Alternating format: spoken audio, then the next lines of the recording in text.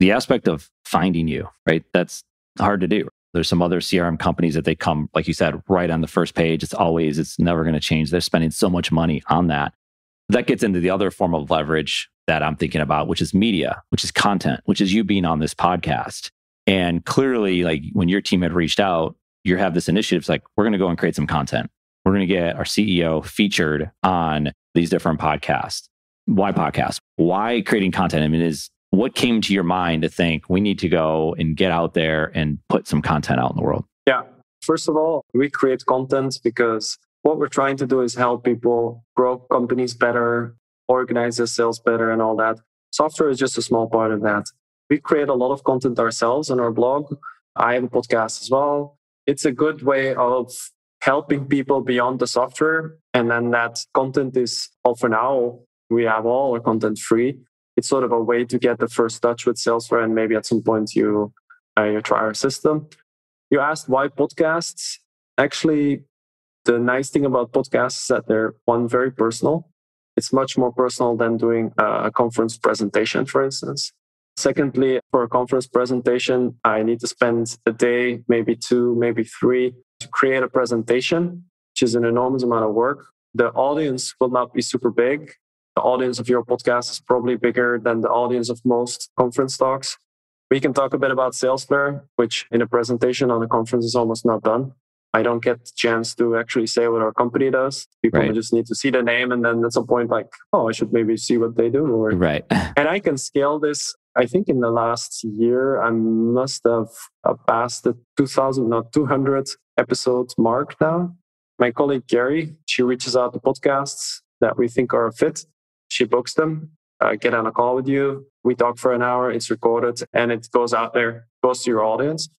And if people like it, they might at some point try the software, but they might also not. I mean, it's completely free. And we see it more as some brand building, putting value out there, helping people rather than it's generating direct sales. Yeah. I've seen it too. Like if you're always in sales mode and everyone's always pitching something, you can see the desperation. It just, like we were talking about before with LinkedIn, it's like you have to make a sale. And if you don't make a sale, you're not getting lunch today. Where when you get into the brand part, it's like you feel confident in what you're doing. You feel like you can take some steps. You're doing good work, and you're trying to meet and work with the right people. You're not just absolutely having to work with anyone that answers the phone, right? I think there's a lot more to it. Do you see the ancillary benefits of podcasting? Like you said, making it personal learning, maybe being a better communicator, a better listener, a better question asker, maybe better training for your team. Does your team see it as like, wait, I can listen to you and I can learn more about the ways you're thinking? Have you seen those benefits? Or have you thought through and reflected on other things than just growing the business as it relates to creating content and being on podcasts? Yeah. For my own podcast, for instance, I initially saw it as an interesting piece of content, basically in the sense that what I do in the podcast is I interview fellow software as a service founders. I shed a light on what they do, their daily life, sort of the things they think about and all that, so that fellow SaaS founders don't feel lonely. They can actually see that behind all these big companies, there's known software, there is people struggling with the same things, and we try to expose that. Just very helpful for other people. At the same time, it almost doesn't generate any leads, I think, our podcast. What is the nicest benefit I get from it is that I get to meet awesome people, and that often there's partnerships forming afterwards, maybe not directly afterwards, but we know each other at that point. We had a personal conversation. And that's just a really nice way of building up a network and meeting other people. Yeah, it's genuine.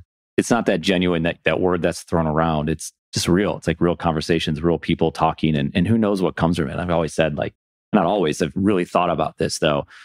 Like we can get on a podcast, like from your perspective, like you can get on a podcast. I'm obviously listen to it and have this conversation. I might become a future client of yours, right? And I'll go and subscribe to Salesflare. Someone who listens might subscribe to Salesflare. That's the known benefit. Then there's these unknown things that you possibly, like whether it's a partnership that came down the road or someone reached out to you and threw out some new idea or someone wanted to buy your business. I mean, who knows what can come from those things? It's just, that is the reason. Just have these conversations. It's no different than us running into each other and having a nice conversation over a cup of coffee across the street. But so many people can learn from it. It's like, well, wow, if I could just, like, I think you had mentioned the book Shoe Dog by Phil Knight. Like, those books are so important because they put all this stuff out there and you can just learn from it. It's just there. Like, why wouldn't I want to take advantage of learning from that person who put up basically a memoir together of hundreds of pages that we can learn from their different experiences? And it might be the extreme example, but those extreme examples are fascinating, right? And it's no different than listening to a podcast. So whether it's that extreme example or a small business that's just getting started, I think people have something to say, and I think you agree with it. And I don't know maybe what holds people back from creating content. Like, a lot more people are doing it. And a lot of times it's time. I don't have time to do it. Like, I'm sure you get this. Like, Jeroen, how do you have time to get on a podcast? And kind of getting at a little bit. I mean, you're running a major company. You're responsible for a lot of people. You're responsible for a lot of businesses. You have to make sure everything stays secure. If there's any issues or fires, you have to put them out. As the leader of your organization, do you have time to reflect? You sounds like you do, because you're spending time, like you say, an hour during the day talking to me on a podcast. And for some people, that's like, why would you do that? Get to work. Or this is actually work. This thinking, this reflecting, this working through things and having conversations is a big part of your day, right? And maybe you don't make any apologies. Like, I'm going to go on a bike ride right now. I'm going to go on a walk. I'm going to go read a book during the day. Do you do those things?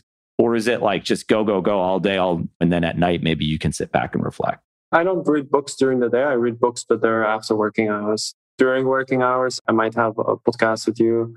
Before that, I was actually on the review site answering people who left us reviews. Before that, what was I doing this morning?